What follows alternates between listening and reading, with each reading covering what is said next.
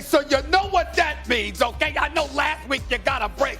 Doggy needed a break. He needed to recover from the beatdown he had received just 2 weeks earlier. But he's back today, supposedly recovered, on a day that the Lakers have been officially eliminated from the playoff picture. We got NFL stuff to talk about as well. And this brother is about to say some blasphemous, absolutely blasphemous stuff about Major League Baseball. I just can't believe it. I can't believe it. But guess what? I can believe it because Doggy is crazy, okay? It doesn't matter, though. I'm here to tame the dog. I'm here to tame the dog. Oh. Ain't that right? You got it, baby. Let's go. Let's go. Done a good job of taming. Let's go. First takes in the hands. Let's go. LeBron, you've had a lot of answers in your basketball career for various problems. Are you finding any that you can think about?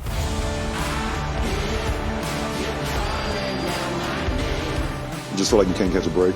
You know, when it rains, it pours for a year. Who would have thunk it that the Lakers would not even make the playoffs? A lot of soul searching to take place during the offseason. Our goal was to win the championship. We didn't get it done. You can't make no excuses about it. Good morning. What's going on, everybody? Welcome into First Take. And as Stephen A. said, it is Wednesday, a very special day of the week. It's not hump day. It's Mad Dog Russo Day. So good to see you, sir. I missed it last Wednesday. Oh, did I miss it? Too? I missed the son of a gun. I don't believe it. I tried to out-dress him. All right, let's not get crazy. Let's not get crazy. He looks sharp. This is a nice outfit. Thank you so God, much. I love it. I do have this is one of your best. I do have that kind of effect on people. And Doggy, to be honest, you're not the only one that felt that way. She felt that way, too. She just doesn't want to admit it on national television. But it's okay. It's okay. It's how it goes. In moments. In moments. You know. He's a bit of an emotional roller coaster. But Stephen A. will be trying to defy the odds today and get a win. And so is Tiger Woods. How about it? Defying the odds on the course at Augusta National. Full coverage of his first round tomorrow can be found over on ESPN Plus. Unbelievable. Doggy, can't wait to get your reaction to the latest on Tiger. But we're going to start with those Lakers. They will be a no-show at the playoffs. It is official. The super team, that is LeBron James, Anthony Davis, and Russell Westbrook are going home in April. They did not even qualify for the play-in. As for the Nets, they are 8th in the play-in. Good thing I don't bet because I had Lakers-Nets finals going into the season. Disappointing is an understatement. Here's Frank Vogel. Extremely disappointed. Disappointed for our fan base, disappointed for the Buss family. Who gave us all this opportunity, and we want to play our part in bringing success to Laker basketball. And we fell short.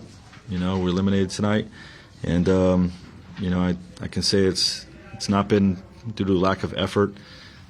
We have all put in the work. Our guys stayed fighting, right until the end. I know we have games left, but in terms of being eliminated. It brought integrity to the process. We just fell short, through a disjointed season. So we're all disappointed. Okay, Mad Dog, I said this earlier. Going into the season, I had Lakers Nets in the finals. I was sure it's a lock. Not even close. Who should be on the hotter seat right now? Is it Steve Nash or Frank Vogel? Oh, come on. It's got to be Nash. Vogel won a championship 15 months ago. I know he wants to get him fired left and right. I mean, geez, he won a title in a tough spot. How about Nash? Can we play a little defense with the Nets? Did you see the Atlanta game on Saturday night when Trae Young was unstoppable when they shot 40 free throws? Yes. Where's the defense with Brooklyn? Mm-hmm. I mean, where is the intensity? Guys, we got to stop here. They think they're so good offensively, they don't have to worry about the defensive end of the floor. Guys like Pat Riley would be going, holy goodness, they're so easy to score upon. So I blame it more on Nash, who is, but they're going to make the playoffs. We understand that. Obviously, you clinched the play-in spot. But with Durant, I know he was banged up. Now they have Kyrie. That is, I mean, Vogel gets a break because they won the NBA championship. But they don't have Ben Nash Simmons. has done nothing. Nothing. What has Nash done? You're going to sit there now and tell me that Steve Nash has done a great job coaching the Brooklyn Nets? Well, first of all, a couple of things. Number one, suit looks nice. And not bad. And the tie's not bad either. Yep. So I give you credit where credit is due. I bet that's fine. You can trim the hair, get a little haircut there, but that's a different story for another day. But you look good, doggy. That's number one. Let's get that out the way. Number two, it's interesting that you bring this stuff up about Steve Nash. Steve Nash is a baby in this business. He just got here Last year was his first year. This year is his second year. This year, Kyrie Irving, because of the vaccine, okay? James Harden wants out of Brooklyn. KD, I would remind you, Brooklyn was tied for the #1 seed in the Eastern Conference before KD went out and missed about 17 or 18 straight games. You forget about that stuff. That's got a lot to do with it. That ain't the situation with the Los Angeles Lakers. Even with two of their big three on the floor, they were below 500. With Anthony Davis in the line. Anthony Davis, I understand he only played 36 games last year. He's only played 40 games this year. So he's missed 36 games last year. He's missed over 30 games this year. We get all of that. We understand that. But the Lakers are an international, a global atrocity. That's what they are. The Los Angeles Lakers have been an utter disgrace to the game of basketball. And it's on all levels. We're Nash and Brooklyn. There's a whole bunch of things you could point to. Even now, since the trade, you can't have Ben Simmons. Before it was mental illness. Now it's the back. Okay, Kyrie Irving just got the mandate lifted with Mayor Eric Adams in New York City. So he just started playing home games and some road games, by the way, where he's allowed to play. You look at the Los Angeles Lakers. You got LeBron James. You got Anthony Davis at least half the time. You got Russell Westbrook, and you are 17 games under 500. I agree with that. The last 21 games, you're 4-17 since the All-Star break. The second worst record in basketball. Okay, let's go. Let's count the ways.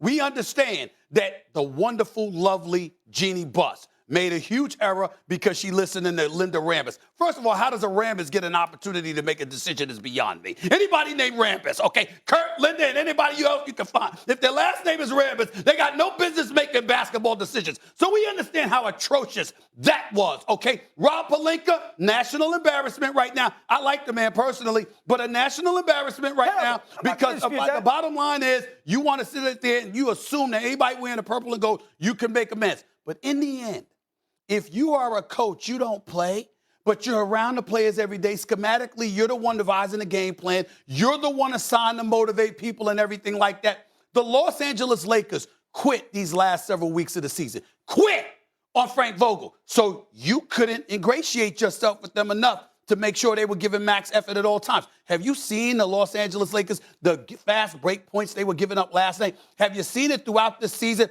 They're not hustling back on defense. They're not prioritizing team play. They were a bunch of individuals living in la-la, enjoying the sunshine. I'm sorry, that's from Frank Vogel. Now, I understand that the man won a championship a couple of years ago. I'm not saying he can't coach. I'm not saying he doesn't deserve to be a head coach in the NBA. But in this place, Tinseltown, in Los Angeles, he ain't the guy for the job. Nor is Luke Walton either. So we're going to throw him out with the dishwater. Luke Walton, we're going to throw him out, and then we're going to throw him out too. How about LeBron take a little responsibility? I think he deserves a lot of it. What about the stars? What about LeBron James? What about the stars, not the coaches? How could you ask me that question? Have I not sat up there and said on numerous occasions, Molly Q, that LeBron James has culpability in all of this? He's the one that okayed bringing Westbrook there. He's the one that okayed all of that. Okay, so there's no question he took a hit. Now, there are people who would argue on his behalf to say, Stephen A., you get exhausted.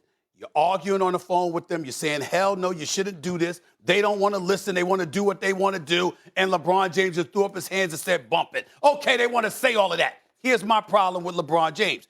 An MVP candidate as a player, horrible as a GM this year. He definitely deserves culpability. But in the end, if you're the head coach, what the hell is your job? To sit up there and hold signs up? You got to get the job done. So we're going to fire him now and try somebody else. So this is another Mike Brown. This is another David Black. This is another Luke Walton. How many coaches do we get? You can look at it that way, but here's another way to look at it. Fair question. Here's another way to look at it.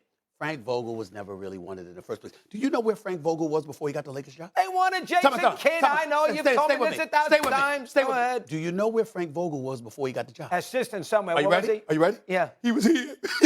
He was going to get up. He was going to get up with Mike Greenberg. That's what he was. Okay. There's a reason for that. They wanted Ty Lue. But guess what? They wanted to pick his staff for him. They wanted Jason Kidd, but they were scared to give him the head coaching job because of past transgressions, and so they had him as an assistant on the bench. They were supposed to have him as an assistant on the bench with Frank Vogel there just to sit up there the first 2 years, and then Jason Kidd was supposed to take over the job, but they wanted to chip in the bubble, so they kept him, and you let go of Jason Kidd. Stephen A. In the end, you got to do the job. Stephen A. So say they had Kidd, say they had Lou. Let's do this thought experiment. Where would the Lakers be right now? How different would it be? Are you ready for this? I'm ready. Even with an injured Anthony Davis, they're at least a 500 team, and they're in the playoffs as a 7th or 8th seed. They ain't losing out on a play in New Orleans or San Antonio. So you're going to throw him out? He wants LeBron making $50 million, who brought Westbrook in. Davis never plays. Vogel wins a championship in a tough spot in the bubble in Orlando, which was not easy. Yes. After that 4-month gap, which was not that long ago, yes. by the way. But now we're going to throw him out and find